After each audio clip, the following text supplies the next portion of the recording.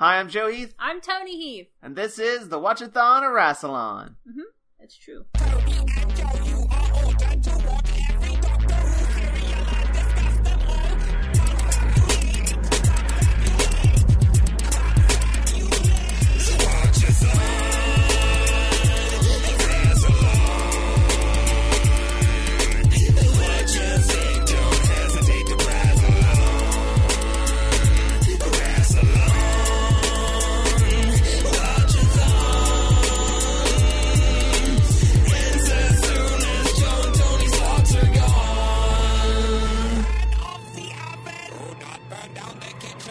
Today we're going to be talking about the 6th serial of the 5th season of Doctor Who, Fury from the Deep, which aired from March 16th, 1968 to April 20th, 1968. Those are 6 completely missing episodes. True facts! And before we get into talking about the serial, I want to take a brief moment to do a segment I like to call Joe and Toni Don't Know Things. Oh no, what don't we know? In the Enemy of the World podcast, we talked about Australasia, and we just assumed that it was there a combination of countries or something. But That's a funny made-up thing we said. But apparently it turns out there is an actual Australasia zone, as was pointed out by frequent listener / guest Vincent E.L. So thanks for that heads up. As Australian, yeah.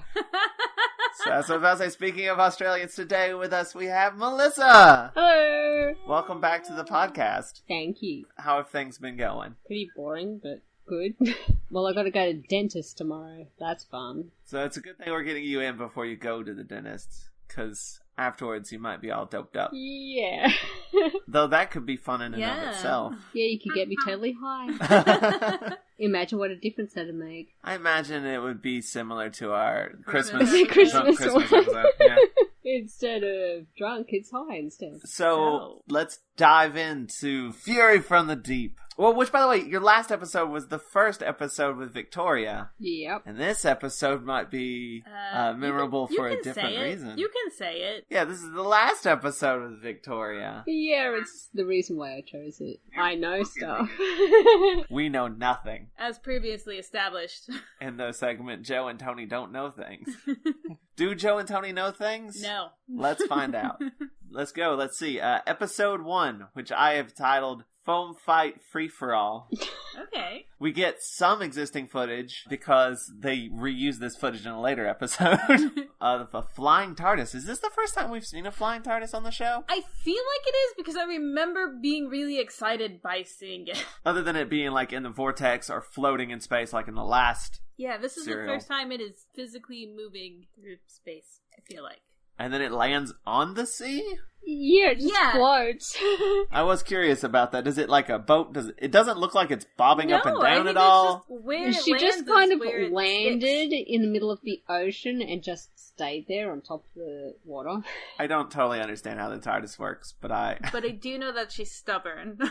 Like, I feel like that's the equivalent of, like, not even stopping and pushing someone out of your car. Anyway, this is your stop. I've got places to be. I don't have time to Just bob up duck and down in the roll. water. Do you notice that she, like, totally disappears in, like, all the other episodes, except for the last one? She had something to do. She decided to go meet all her little fishy friends. He can't really control the TARDIS, so I was about to say, generally if you like land in the middle of the ocean, wouldn't you just leave? That was kind of my question. I was questioning where he got the D from, the inflatable boat. Well, you know. I didn't question that at all. That's The TARDIS that's has... something that the Doctor just has. Just kind of just starts with them in it, though. I do wonder how you open the door. Did the TARDIS fill up with water at some point? That's a good question. It seems like it would have to have. It's like halfway submerged, and if they open the door to get out... Well, they probably close it really quick. Really so quick. Then when they go back later, they just mop up a bit. Okay, and it's fine. But yeah, they are just sort of suddenly in a boat on their way to shore. They're like wondering where they are, and Jamie's like, "It's England. It's always England." He's very genre savvy when it comes to Doctor Who. He's like, "It's never where I want to be." It's never Scotland. They find foam, lots of foam. Because someone figured out how to make it, and they're very excited. That happens a lot. Like, our previous serial had frightening, scary foam, and this serial has frightening, scary foam. Somebody this season just really was scared of foam. Maybe it was the producer. Showrunner or something. They have a foam fight, and that's pretty cute. I imagine. Can you imagine? When I imagined it from the stills, it was adorable. It was adorable in our imaginations. And the reconstruction of our minds. But then they find a gas pipeline. And the doctor's like, well, I'm going to open it because that's what he does. Because it's there, and no one's asked him to. And we get the new thing. We get it. The first ever appearance. Oh, yeah. This is a first. Of the sonic screwdriver. It's the first time the sonic screwdriver's been on there. We've been edging towards it ever so slowly. He's had the screwdriver in his pocket, he's moved things sonically, and you can just see the idea forming, and here we are. Here it is. And it probably the only time ever unscrews something. Not the only time ever. Literally uses it to unscrew a screw. That was a big screw. It makes sense. He's using sound to unscrew a screw, right? Yeah. He actually explains that, and it's actually important for later on, because the entire thing's based around Sonic. From here on out, I imagine the sonic screwdriver just does whatever the hell they want it to do. Whatever it needs to do to move the plot forward. It kind of generally sneaks up that way. It has an actual logical function here. It's the screwdriver. Later, it's just a free-for-all. But you can't get it open. The doctor doctors the pipe with a stethoscope. With a stethoscope. And there's a weird noise in it. Which is going to be the plot for the next 4 episodes. No, you're not wrong. There's something in the pipes that's making some kind of sound. This will be brought up repeatedly. Very important. Important enough to repeat many times and act as a cliffhanger. But they're being watched, and the doctor gets shot in the shoulder. And then Jamie and Victoria also get shot. And that's the end of the series. Very sad. Doctor Who is over. Weird place to end it. Could have been a great show. The rest of it's just like a funeral. It's very sad. Very sad. And too long. It's 6 episodes of just a people funeral. being sad. Weird choice. What are we doing? I don't know. No, they got shot with like, stuff that knocks you out, I guess. Tranquilizers. That's the word. I knew we had you on this podcast for a reason. We need someone on here who knows something. Joe and Tony don't know things. Melissa does. I feel weird now that I'm the one that actually knows stuff. It's your responsibility, so... The pressure. It's all on you. They wake up. They can't move.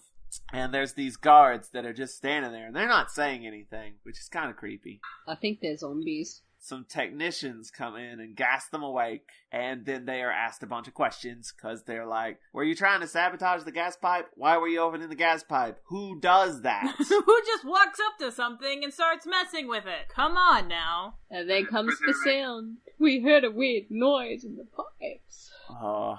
Welcome to Fury from the Deep. I know I say this a lot about six-parters, but this could have been a lot shorter, because a lot of it is just, there's a sound in pipes. No, there isn't.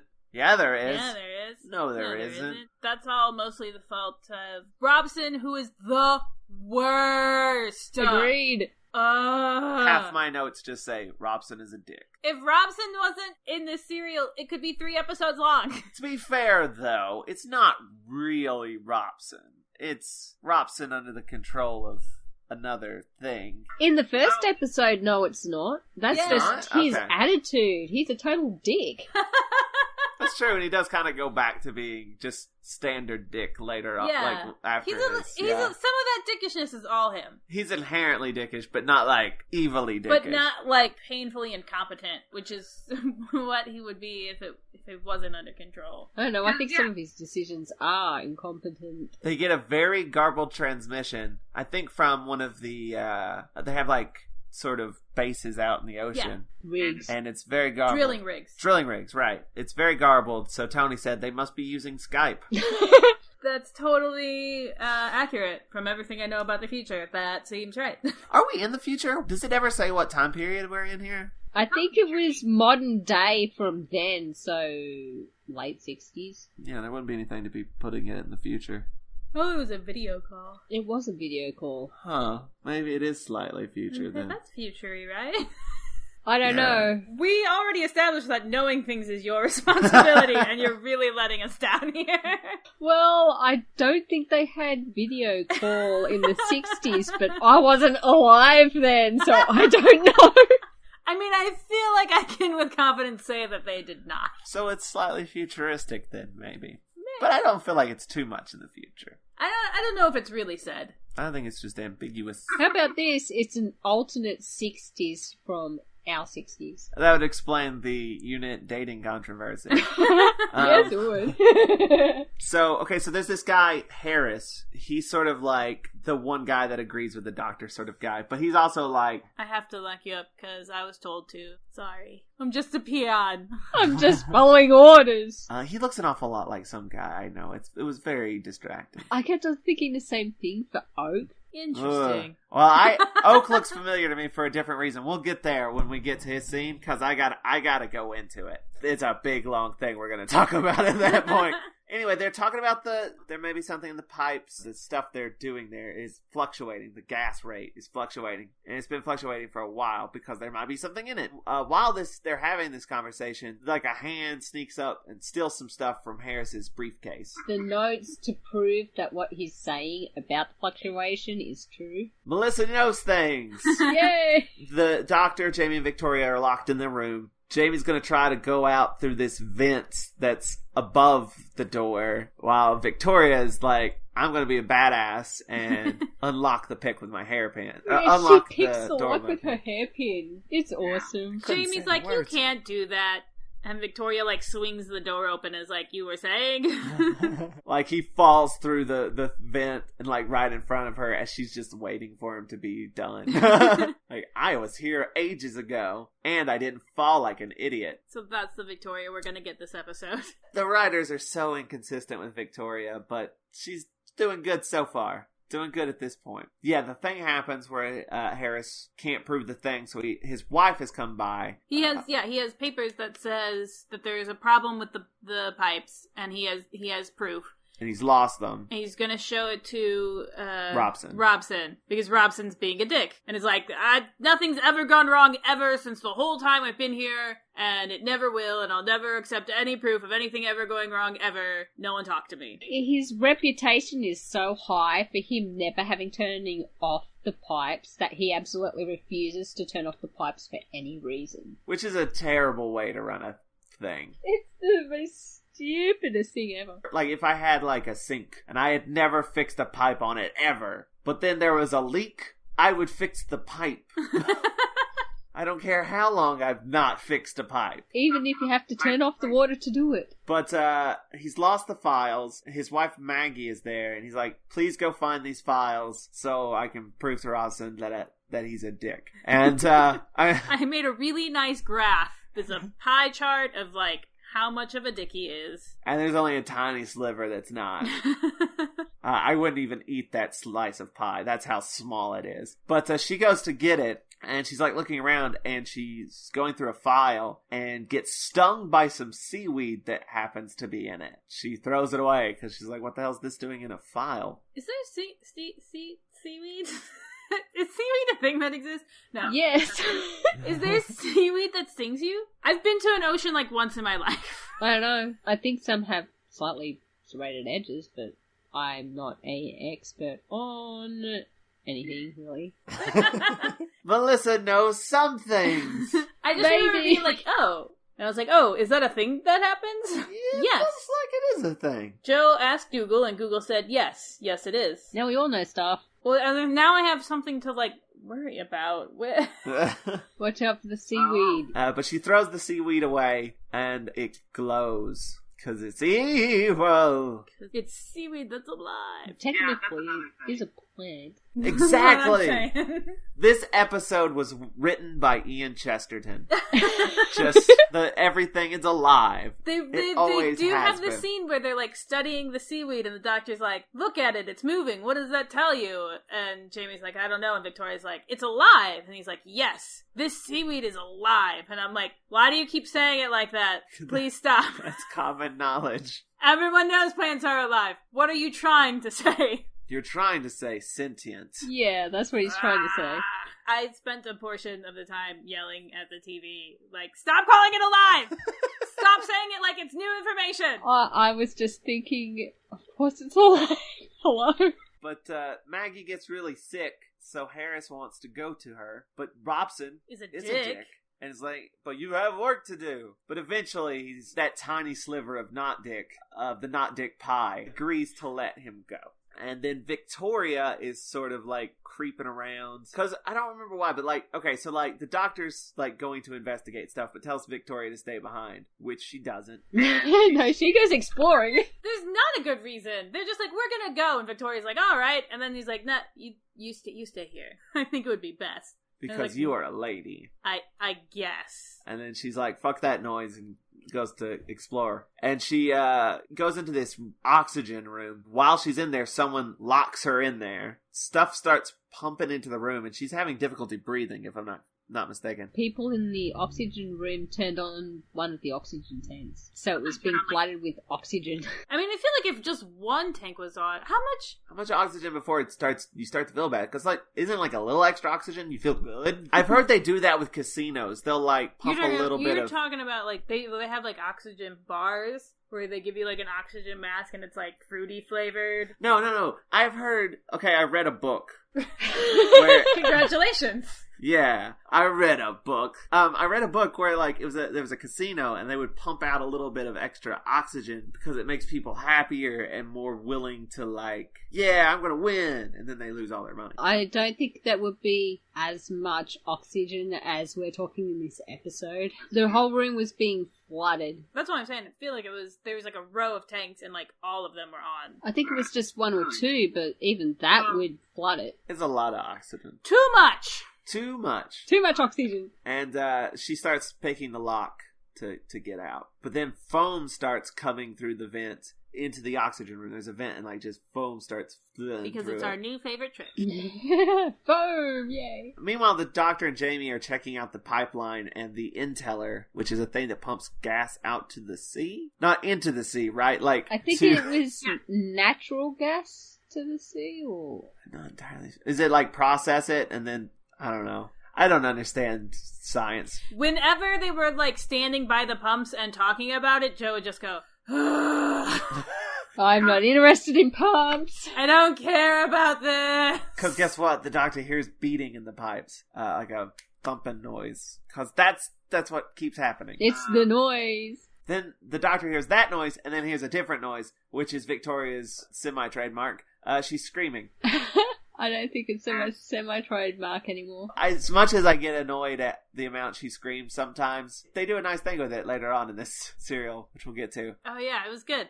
But that's the end of episode 1, and we are now into episode 2, which I have titled The Sound of Bubblies. So the doctor and Jamie open the door and let Victoria out, and she says she saw something in the foam, a creature of some sort. Robson thinks Victoria has sabotaged things, which is why she was in there, and does not trust her. Meanwhile, Maggie at home... It's okay. She's fine. She's kind of Sony, but... she's doing okay-ish. And except that her house is covered in bubbles. Which she doesn't recognize or know about, which is odd. Yeah, they're on her patio, and Harris goes to get help for her, because she's still kind of sick. And Maggie is really afraid of the bubblies. She sees them on the patio, I think. Did that make sense to anyone else? Why was she afraid of them? Because foam is evil. Yeah, but at this stage, she's already been stung. It makes no sense that she's afraid of the foam.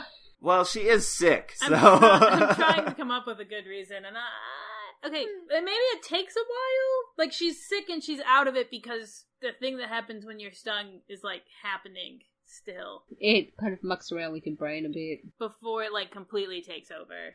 Okay, I'll take it. Alright. So the doctor tells Robson to turn off the pipes. Robson says no. Doctor's like, it might explode. But Robson's like, yes, but I'm a dick. Harris shows up and is like, asks Robson, can I take the doctor to see my wife? Because she's bad. And he's like, you have an hour. After some, No. I feel like this is important. He actually asks, like, can I bring, like, a medical person? And he's like, we don't have any. He's like, well, what about the doctor? They establish that there's nobody else to help but the doctor. This is important because in the next episode, the doctor shows up and does not help her. I know. And Harris is like, well, I'm going to get an actual medical examiner. Nobody bothered asking what kind of doctor the doctor is for this episode. Well, he wouldn't answer anyway. True, but usually he gives some explanation that he's not a medical doctor. Okay, we're getting close to something here. It's gonna be okay. You can do it.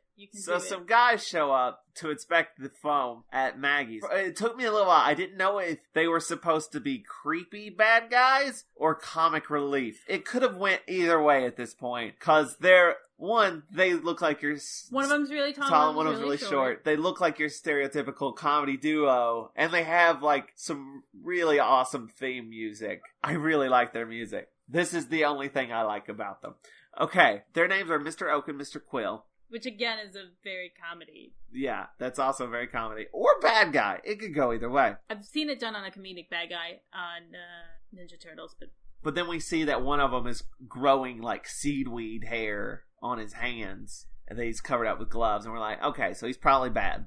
And then it happens. So Maggie's, like, combing her hair. And they just walk in and stand behind her. And she's like, what's going on? What's happening? And they're not talking.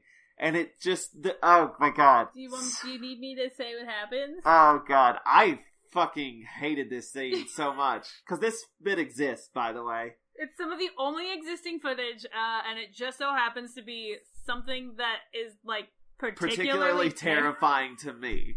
I used to have nightmares like this. Of just someone staring at me and they slowly open their mouth and, like, scream at me. Like, they don't scream, they just open their mouth and, like, and that's it. And their eyes get wide, and I swear to God, they look like this motherfucker in this episode. I am not okay with this. Like, they were creepy. From, like, the gut, he was like, no! Oh my God, it was terrifying. And that's the reason why any scene involving anybody even remotely getting hurt in these episodes, even if it's not physically, the scene is actually still there. Just because it terrifies the hell out of you. Oh my God. I wish this didn't exist. Oh my God. I've never seen such, like, a strong emotional reaction. It's the scariest thing I have seen in classic Who and new Who. Just all Who. It's scary. It's scarier than eye boogers? It's... Oh my God. Eye boogers. Let's not talk about eye boogers. Let's not acknowledge that. That is not a thing that happened. So yeah, they breathe on Maggie and she passes out. Because they breathe out poisonous gas. My stomach hurts from just Do you thinking need, like, a about minute? this. Do we need to... I'm fine. So the doctor and them get there and it's, like, full of the gas. Jamie breaks a window to let it out. They go in and Maggie's in a coma and they find the seaweed and realize, like, Harris was supposed to touch it, not her. It was placed there intentionally for him. People obviously forgot that he has a wife. Then we go back and again, there's a blockage in the pipe or something. They feel like it, and they can only unblock it with Robson's approval. Robson refuses to believe there's anything in the pipes. That's the cliffhanger. Yeah, they hear the same noise that we heard at the beginning of the first episode, and are like, hey, there's something in the pipes. That's not a cliffhanger. We already have this information. This is the worst cliffhanger I've seen in this show. The sound that we hear in the pipes is exactly like if you, like, overloaded your washing machine and, like, the bad guy is Suds. And I feel like this was like somebody had a washing machine accident and went, yeah, I can work with this. Where do you think they got all the foam from? Yeah. They just they're like, this isn't a mistake if I can make a great episode from it. So, it's still kind of a mistake. The doctor's like, we were inside the human mind. No, it's a washing machine, Doctor. Human mind. Human mind is still one of my most favorite things to happen. Because he's just wrong. 100% wrong. Yeah, and everybody's trying to tell him that and he just won't listen. Kind of like Robson in this entire series. We're now into episode 3, which I've called Weed Life 420 Blaze It. Oh, good. And this is where the doctor he's examining the evil weed, and he's like, the doctor says, like, you should go get medical help for your wife. So Harris leaves to do so. But that was why the doctor was there, and also Harris just left the prisoner. With his wife. He's apparently in a coma. Which I think Jamie kind of says something like, aren't we prisoners? And the doctor's like, shh, just be happy. Don't mention it, just be happy that they apparently forgot. So they go back to the TARDIS to study it, and that's when we get the weed is alive! Which makes this weed in particular special. It doesn't. They go through history books about myths and legends from the ocean. Is it like a Earth book, or is it just a doctor book? No, it's an Earth book, okay. Because they said that this particular thing is from, like, somewhere in Scotland. Yeah, it's a legend that actually apparently exists or existed about, killer seaweed. Does this actually exist, or is this a lot like that thing Jamie was scared of? There's a reason why they call it Killer Kelp. Killer Kelp, that's a good title for this episode. Yes! It's the only thing that kept on running through my mind was Attack of the Killer Kelp. That sounds like a chocolate bar on SpongeBob. Killer Kelp? Killer Kelp. Or a cereal, maybe. Jamie sneezes a lot. Did that go anywhere? It's because of the gas. The seaweed emits a poisonous gas naturally. It's the same one that those guys were breathing out. And it makes Jamie sneezy. Meanwhile, Robson is getting super yelly and pissed off because he thinks like they're trying to overthrow him. At this point, he is majorly paranoid. With, I guess, some good reason. I think at some stage at this point, he hasn't even been touched by the kelp. The seaweed has nothing to do with it. He's just this paranoid. How did he get this job again? That's a good question. There's so many people in roles of power on Doctor Who that should not be. And I'm confused as how they got there. To be fair... Look at this election. I was going to say, you've worked a shitty retail job. You've had bosses where you're like... How did they get there? Yeah. I am smarter than you in every way. How did this happen? But Mr. Oak locks Robson in a room and then gasses him. Then there's foam. Oh yeah, so he's just his own ass up until then. But he's like banging on the door, and Harris opens the door, and Robson runs out, but Robson just bolts. But Harris sees a creature moving in the vents, so he knows stuff is up. But Team TARDIS is heading back to Harris's house. It's locked. Victoria hairpins the door, and the room is flooded with foam, and there's tentacles, and it's probably very exciting. The Doctor and Victoria go to the roof and pull Jamie through a skylight. I don't know how that all led to that. I don't know how they got separated. Jamie was in the kitchen because of the gas. I think the Oak and Quill did something to the gas in the kitchen while they were pretending to fix something. Okay, that makes sense. That's when we got that seaweed hand scene. And meanwhile, Harris and...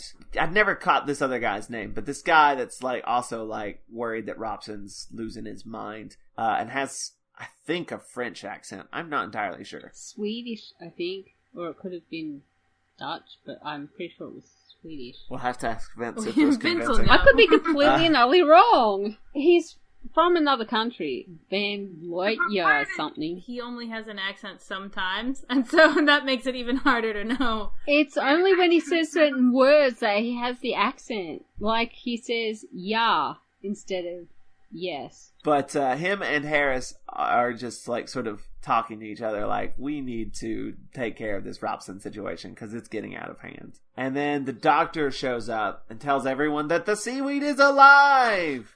He doesn't say this bit until way later. He's like, oh, by the way, your house is completely covered in seaweed and flooded. And Harris is like, what the fuck? My wife is there. And the Doctor and then thought that he had taken his wife to the medical facility already. I told you to take her to the medical facility, so I just assumed I didn't even look. We left. But then we see Maggie, and she's going for a stroll on the beach. Stroll in the beach. Directly to the ocean. Which I always think is a good shot no matter what it's in. Robson joins up with her first and is like, and then she's like, you will obey. And he's like, yes, I will. Then she walks straight into the ocean. As Robson watches her. How did she stay alive? I mean, the body's still human. That's a good question. Maybe... Where did she go? Down. The seaweed produces gas, so maybe they can't survive around pure oxygen. Then I got nothing. I don't have a good explanation. They just like, this would be a cool ending. Maybe it changes your body chemistry enough that you can breathe whatever that gas is. Because they do grow seaweedy. Seaweed lives in the water, so hey. Yeah, I think it changed. So, like, the body maybe isn't completely human anymore. It's more seaweed than human. But then it'll revert back when they get defeated. For happy endings. That was the end of episode 3. We're now into episode 4, which I've called The Dangers of the Weed. They say the weed so much in this episode, and I giggled every single time. They sound like old people talking discussing the dangers of the weed. Of the weed. Are you on the weed? The weed. This is like the weirdest PSA. Don't do the weed, kids, or you'll drown in foam. They're trying to call the rigs. They have 2 rigs, Rig A and Rig B, but they can't get any answers. By the way, Joe didn't know for the longest time that Rigby wasn't a name. I was like, who's Rigby? Why are they calling Rigby, and who is that? It wasn't until they said Rig A that I was like, oh. No, Rigby was busy listening to Rig A. God. It kind of works. If you're into really bad puns. I am. I am too. I'm just glad it's someone else making it, not me. So they're calling Rig A and Rig B. B, the letters. They're not getting a hold of anybody. They want to go check it out, but they can't get permission. And then there's a scene where the technicians are like, we've been doing this forever. We are exhausted and kind of bored. And I'm like, same. Can something happen? Because guess what the next thing is that happens? They hear the fucking noise. So there's a sound in the pipes. There's a sound in the pipes. This is new information. We did not know this previously. But then we get an okay scene with Victoria, who is having a chat with Jamie. Oh, it makes me sad. She's frightened and she's not entirely enjoying herself. To be honest, she's just done with all this bullshit. She's so done. She's like, you know what I think would be nice? Not almost dying every 5 seconds. That seems like a way I could live. And then she basically has that same chat with the doctor as well. But in different wording, thankfully. And he's much more accepting of it. Jamie's like, no, we're having adventures and it's fun. And what's wrong with you? And the doctor's like, yeah, I get you. That makes sense. That's fair. Not dying sounds good. So Harris finds Robson just standing in the sea. It's like, what the hell are you doing? Let's go What's back. What's happening there, buddy? He had too much of the weed. So that they're sending a guy down to investigate the pipe shaft thing to see if there's a blockage or what's, making that noise. It's bubbles. It's bubbles. I know you're shocked by this. Weedy bubbles. It's foam. The guy that is investigating all this gets eaten by the bubbles. I think it's more the seaweed under the bubbles, but you never see it. It's like leafy bubbles. It looks like a really weird stew. Yeah, it looked pretty gross. On the other hand, it also looked kind of fun. Let's go swimming in bubbles, yay!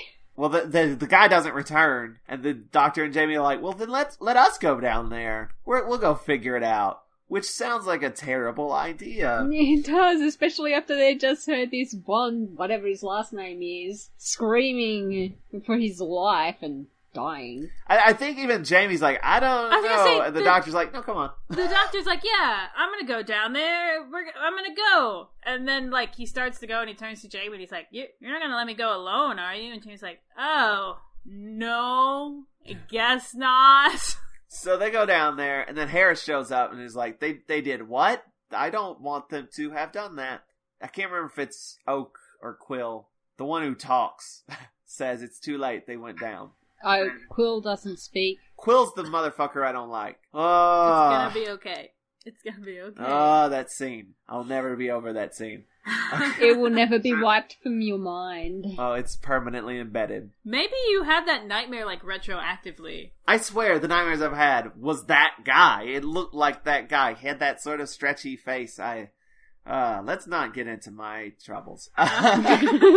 So then some people show up to deal with all of this infighting in the, with Robson and all that. Yeah, they call the actual director, who's a woman. And then she gets filled in. She's very no-nonsense, too. Yeah, she's no-nonsense, but she will listen to reason. Which is a good combination. And not an idiot. Yes, it's great. Megan, I can't remember her last name, Jones, I think? Yes, Megan Jones. I have it in my notes. So, Harris is going to take a helicopter to check out the rigs. That was, like, all he could get cleared for. He wanted more. He wanted to get, like, He wanted to get government into it. And Megan's like, no. Megan doesn't have time for nonsense. But she is going to actually look into it. She doesn't have time for denial either. So, Jamie and the Doctor are menaced by bubbles, but it's okay. They get out. It's fine. They just get a little soapy. Their pants get clean. Well, pants and a kilt, I guess. But they get out, and no one's there. The place is empty. And they go to look for Victoria. So Harris is like, the rigs are fucked. They're covered in foam. It's bad. Seaweed. And he's like, we should just bomb it. We should just blow it all up, because the seaweed's alive. It's clearly trying to invade us, and we should blow everything up. And Megan's like, whoa, that's a little drastic. Robson says that first, because he's still there. He's also bad, so... Yeah, he's taken over way over by this point. And it's like their base, so he doesn't want them blowing up their base. It's his baby! He built it with his own hands! He practically says that out loud, and it makes no sense. I have not turned off pipes in 300 years! The Doctor fills all the new people in about the weed, and says that Robson is under control of the weed, which is true. But Jamie finds an unconscious Victoria. Why was she unconscious? I don't even remember. She was knocked unconscious by Oak and Quill. She was trying to save the Doctor and Jamie. Oh, right. Why did they just knock her unconscious, though? Besides the fact that we don't want her dead. But she wakes up. She's fed up. She's done, you guys. She's so done. Her. She's done with everything. She gets kidnapped so many times. You'd get tired of that. The noise returns, and the weed is spreading. The Doctor's like, we have to destroy the nerve center, which I don't know where he's gotten this idea from, what basis he has for the fact that there is a nerve center that needs to be destroyed. I mean, I guess he studied the seaweed. He studied the legend? Maybe. Yeah. That's all I can think of. But it's not very satisfying to just have the Doctor be like, oh, we have to push the red button because the red button needs to be pushed. On the other hand, he does like pushing red buttons. It's true. So, but then the weed, pops up in the, behind this glass thing. There's a big glass part of the pipe. I don't remember what it's for. Condensation in the pipes. They don't want any. So they have a clear part so they can see if anything's going wrong. A big tentacle weed thing pops up and starts smashing against it, because the weed just wants to break free. And that's the end of episode 4. And we are now into episode 5. Foam, weed, foam.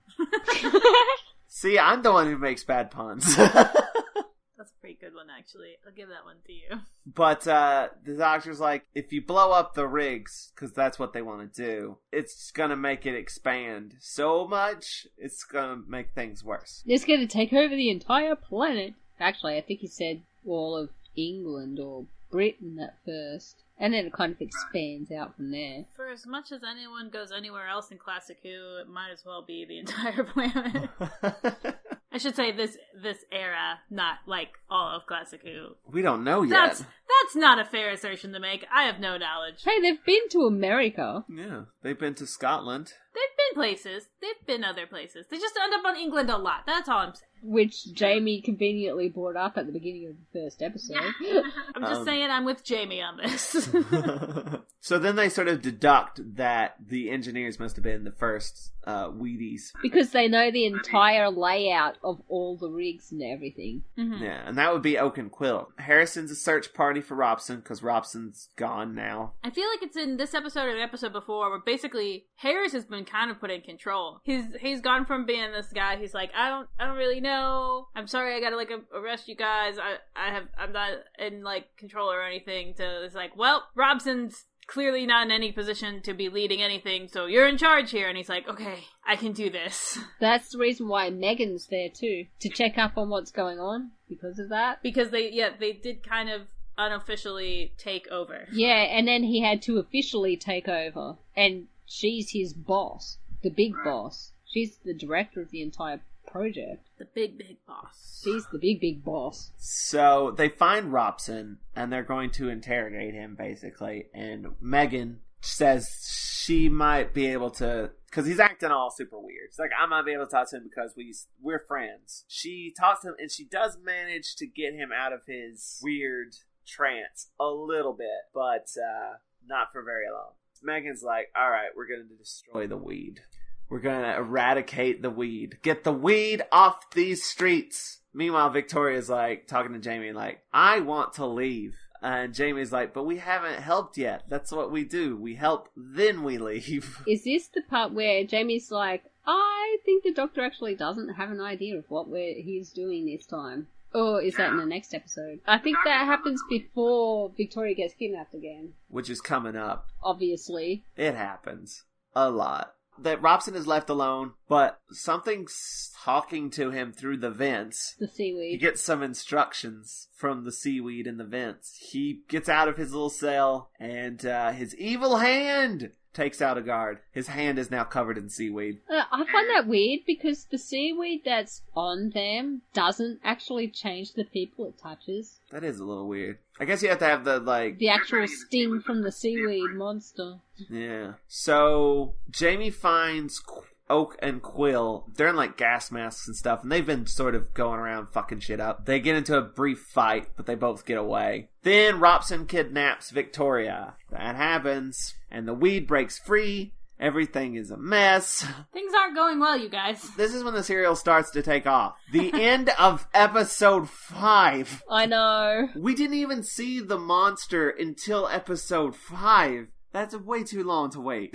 I think you saw hints of it in episode 4. Yeah, like at the end when it like smashes up against the thing. It takes too long to get going. Robson takes Victoria to this car and drives to a helicopter, and then they get in the helicopter and get out. And then the Doctor and Jamie find out about this. They open communications with the helicopter. Robson's like, I want the doctor. The doctor's like, I think this will lead me to the nerve center, so I'm going to do it, even though it's probably a trap. So the Doctor and Jamie get into another helicopter and follow him. They're going to one of the rigs. Still had that one. The control rig, the one in the middle. They had a ticket good for 5 free helicopter rentals.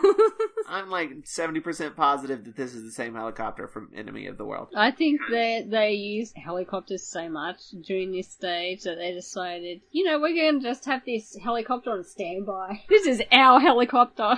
They can't land the helicopter because it's covered in foam. So they jump into the foam, which is fun. The Doctor has a beanie now, which I am incredibly happy about. Where did he get that from? I don't know, but I enjoy it. I have to assume that he, stopped at the TARDIS before getting in the helicopter, or someone gave it to him, hey, you'll need this. I think he probably found it on the station somewhere, just lying around, and he thought, ooh, hat. No, yeah, that sounds like everything I know about the Doctor. That man loves to steal clothes. And wear hats. And wear hats. Stealing a hat is not hard at all to imagine. So they're going around and they hear Victoria scream. They follow it. Robson is waiting for them. And that is another sort of weak cliffhanger.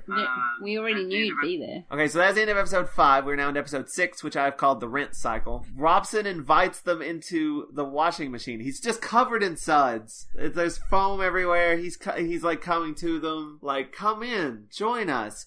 We're all gonna be one. That's not creepy at all. It's creepy, but it's also kind of ridiculous. Cause like I said, he's just got like soap suds hanging off his face. I know, it's ridiculous, but it's what he says that's creepy. It's just like, come join us in our rave. In the washing machine. Yeah, the washing machine. That's the name of a club. We're gonna go down to the washing machine and dance in some bubbles. That's how you do this in Modern Who. In Modern Who, I think it'd be called the spin cycle. Yeah. So Victoria screams because she does, but it is very effective. Victoria, you scream. It is super effective. Robson starts shrinking back from it because... Which I got excited because this is actually RPG rules, I think. Yeah, there's Doctor Who RPG that screaming is actually a superpower. It gets people to you quicker and stuff. It buys you some time. It can shock an enemy for like a couple, That's probably like where this came from. Yeah. And this is the reason why Victoria screams a lot. It's her purpose. It wasn't just bad writing, it was leading to something. We were building up to this moment. I think this is an awesome moment. I do too. I enjoy this. It's almost like the writers are poking fun at it a little bit. Yeah, it's a very self-aware thing to do.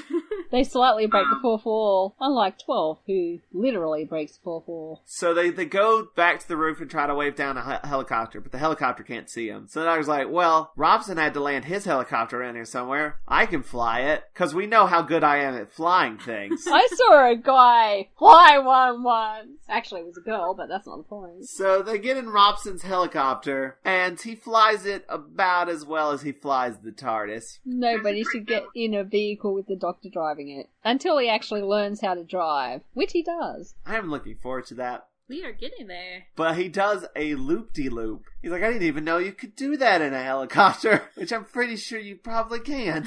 I totally headcanon that Jamie and Victoria are totally both like stick everywhere. Victoria was like unsure until right at that moment. She's like, maybe I'll stay. And then she like threw up, and then like the helicopter went upside down and the throw up like fell back down, and she was like, no. I don't want to I'm definitely done. Anymore. There are some visual images for you. They fly around a lot and shenanigans happen, and the other pilot has to get on and like, don't fuck up. Here's what you need to do. Go left, go right. Stick down. Stick up. Don't hit that thing. Yeah, they almost crash into the rig at one stage, don't they? Yeah, they fly through the rig, at least according to our reconstruction. Oh, I think I watched the same recon as you this time. Well, ours had like CGI flying through the rig, so. Which made no sense with how a helicopter is actually designed. I'm thinking, how did they not actually crash into this rig? Like, half a dozen times. It's a very special helicopter. It doesn't have blades, it just hovers. Meanwhile, Harris is like wanting to evacuate the base, but Megan wants to wait on the doctor. And then the doctor shows up, so cool. And then that's when the doctor's like, screaming is the answer. And I know where the nerve center is, and we're just gonna scream into it. Specifically Victoria's scream. Victoria's specific scream resonates in such a way that it will defeat the monster. They're literally amplifying Victoria's scream to attack the weed. They weaponized screaming here, which is the most awesome thing ever, because it's so, as you said, self-aware. It's like they're totally poking fun at themselves for making a scream all the time and thinking, you know what would be cool if this was actually really a superpower. It's not a sign of weakness, it's her attacking them with screaming, which is kind of something she's done a handful of times throughout her run of sort of crying as a distraction. She's done that stuff before, so it's fitting for her. I will say, I know it's kind of like a thing that people say classic Who female companions scream a lot, and I know there are people who are like, not really. I mean, I think if you probably look at it, Victoria's probably on the top of that list. I think Susan's actually at the top of the list. Yes, maybe. It is a nice little, like you said, a very self-aware and sort of like a playing on that. That's good. That's a good thing. I think it's like a really great use of something that people would probably think was getting old by that point. The screaming girl companion. The weed foam bursts through the thing, and they've got the sound, and they just start blasting it at it. There's some behind-the-scenes footage of this that exists, and it's... which looks really fun. Yeah. Just a giant, like, tentacle, like, thrashing about, and some soapy suds. It's really cool. But they defeat it. The weed is defeated. With the power of screaming. Robson and Maggie are okay, and the weed is gone from the He's still rigs. A dick, by the way. Do He's we just care okay. that Robson's okay? I mean, really? I care that Maggie's okay, but not Robson. But everyone is okay, just this once. Except for that Von, whatever his last name is. Oh, right, he did die, didn't he?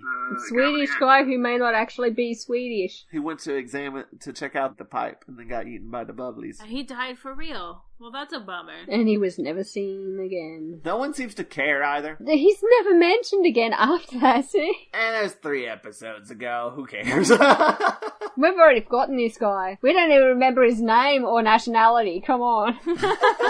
The evil has been defeated, so everyone gathers around to eat some shawarma. At this point, I was like, why is this episode still going? Why does this exist? Why are they having a party and just eating and celebrating being alive? And hooray, for once, Robson isn't a complete dick. I know why the episode keeps going, because we're getting rid of Victoria, but it seems very uncharacteristic of the Doctor to sort of hang around. I feel like maybe he just hadn't eaten in a while. That's when Victoria's like, I don't want to go with you guys, but she doesn't want to leave the Doctor either. She doesn't want to go, but she just can't do it anymore. Jamie's like, well, she has to go and blah, blah, blah, but the Doctor's like, no, it's her decision, which I'm like, hey, that's a big improvement for you. That's some character growth. Look at that. It's not just dumping your granddaughter on some planet. That's how you dealt with the last person who was being wishy-washy. Then we get a scene of Robson returning to his semi-dickish ways of like, back to work, everyone. The pie chart, the non-dick wedge has widened slightly. But then Jamie talks to Victoria, saying that the Doctor went for a swim, because that's what he does now. Yeah. He sees the ocean and he just cannot control himself. The Doctor, by the way, has been like, we'll stick around. We'll give you like a day to make this choice. We won't just like drop you off and leave right away. We'll be here for the day, and if you want to stay, then you'll stay. We'll go. They're not just like leaving her to make this choice immediately, which I thought was nice. And then the next day, they're all walking towards the TARDIS, but she does not. She stays behind. And she's going to be, like, watched after by Megan Jones, right? I thought it was the Harrises that were going to look after her. Yeah, the Harrises. Not Megan. Sorry, Harris. Yeah, she's still fairly young. So Maggie and Harris are going to watch after her. And they all watch as the TARDIS flies off. It flies up. Which I think is just that same footage reversed. It is the same footage reversed, but it's nice that they actually show it. Then inside, we get a scene of Jamie being really sad. Jamie liked Victoria. Because isn't it like, where to next? And Jamie was like, who cares? Yeah. It doesn't matter. Oh, poor Jamie. I like how the last line's that the Doctor liked it too. Hey, I'm sad also. She was my friend too. So Yeah. maybe quit being mopey at me. Adventure, Jamie, it awaits. That's the end of the episode and the end of Fury from the Deep. We did it. End of Victoria. It's the end of an age. I will say, I feel like that was a fairly decent send-off for a character that they never really figured out what to do with. It's been a while since we've had a good send-off to a character. Like, Yeah, the last couple of times we just were like, they're And dead. They're gone. Dodo's leaving. Pissed me off. I'm never gonna not be mad about it. and as much as I don't care for him, Ben and Polly's Polly's. exit was really weak too. Like, they're gone for most of the serial, and then they come back and like, okay, bye. This one, like, set it up better. This one did set it up. It set it up episodes before it actually happened. Like, I don't think we've had as good a one as this since, like, Ian and Barbara, maybe. That's a send-off. They get to have fun in a photo montage. I don't know who's next. Do we have a while where it's just the Doctor and Jamie? I don't know. I know. Spoilers. Future knowledge. We'll find out. Let's find out organically. Okay. No spoilers. I'm not going to spoil you. I wish that this was just the last 2 episodes, the first episode with the last bit of the 4th episode squished onto it and leave it at that. Because the first 3 episodes and half of the 4th were just boring. I didn't like them very much. But the last half of it, a little less than half of it, was really good. I like the ending. Robson was a total dick, and I did not like him at all. Megan and Maggie were cool, except Maggie was barely in it. I can't remember the foreign guy's name at all, except that it's like Van of One something, and he says "yeah" a lot, and he dies. He was basically just Harris, but, expendable. Yeah, but Harris is a good character. That guy wasn't. He was redundant, though. He filled the same purpose, and he just didn't need to be there. I mean, he needed to be there so that someone could die. To raise the stakes. That was his function. I don't understand why anybody had to die in this story. Except nearly every story, if Doctor Who has to have at least one dead body. Yeah, this is the reason why I have a kill count on my site. My seasonal kill count. It's racked up a lot of bodies. Except my kill count's the one where Team TARDIS actually scores kills. Who's leading right now? The Doctor. He's committed genocide like 5 times in the first 3 seasons. Oh shit, you're not wrong. I'm not wrong. I'm keeping score of this shit to prove to the people who think that the Doctor would never ever do stuff like this does. On the other hand, on the season I'm on now, which is 3, I'm on the last episode of The Gunfighters. Dodo has the highest kill score. I'm surprised by that information. She breaks up that kill count. I think she's got Is it all at once, or does it happen because they're one big thing, or just because it's inadvertent kills too?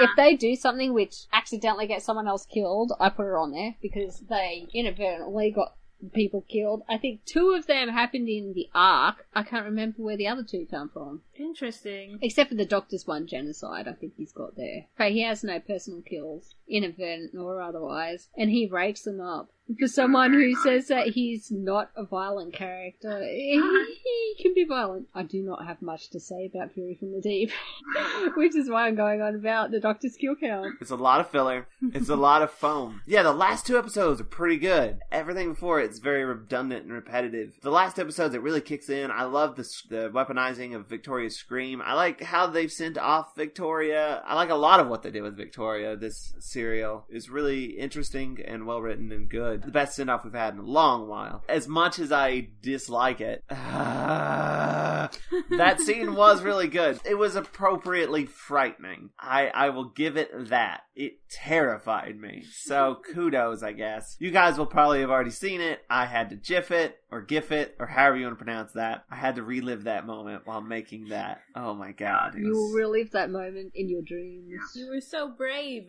I did it for you guys. But yeah, I'd say not the best serial, but a really solid ending. It kind of evens out a little bit to an okay episode. When this episode is moving, it's awesome. It's really fun. I'm really bummed because I bet that it's super enjoyable to watch people just splash around in the foam and wrestle with giant tentacle thingies. I bet that was a blast. If that footage exists, probably a lot of the episodes wouldn't feel like they dragged so much, because you'd be like, yeah, nothing's really happening, but that was fun to watch. That would probably carry it a whole bunch. It was an excellent send-off. Like Joe said, one of the better ones we've had in a while. Especially for a character that they really, really struggled with, I feel like. I have one final Joe fact, by the way. Oh, what's that? Joe facts! This is the last completely missing serial we have. There's some more that are missing. Every serial from here on out at least has at least one existing episode. So if you're tired of hearing us say, this would be great if it existed, very shortly we will never say that again. We will never say that again from 3 on. Then it'll just be like, if we say it's boring, it's just boring. It has no excuses. So, Melissa, anything you want to plug before we wrap it up? See my Tumblr at Malice Rewatches, DoctorWho.tumblr.com, and enjoy. I'll get back to it soon. Good luck with the dentist. Oh, I hate dentists. Oh, you said you're on the Gunfighters. That's oddly relevant. You have a dentist thing? The doctor went to a dentist? I mentioned that on the first episode. That's awesome. If you liked this episode, you can check out more on Watch-A-Rassilon.com. Be sure to rate and comment on iTunes. If you'd like to help us out even more, go to WatchYourRassilon.com/support, and there you'll find a link to our Patreon page, which is patreon.com/Watch-A-Thon, where you can donate a monthly amount to get all kinds of rewards, like videos of us watching the episodes, uncut video of the podcast records, and day-early episodes. Melissa is a patron! Also on our support page is a link to our Amazon wish list where you can sponsor an episode of the podcast by purchasing the corresponding serial on DVD for us. We'll mention you in the podcast and put your name on our Friends of Rassilon page. Melissa is also on the Friends of Rassilon page. Yay! And tune in next time when we talk about the finale, The Wheel in Space. That sounds spinny. Sounds like a big wheel in space. Ooh. What kind of wheel is it? We'll find out. Thanks for listening, you guys. Stay calm and wrestle on. Bye. Bye. Woo! What's that? It's a sonic screwdriver. Never fails.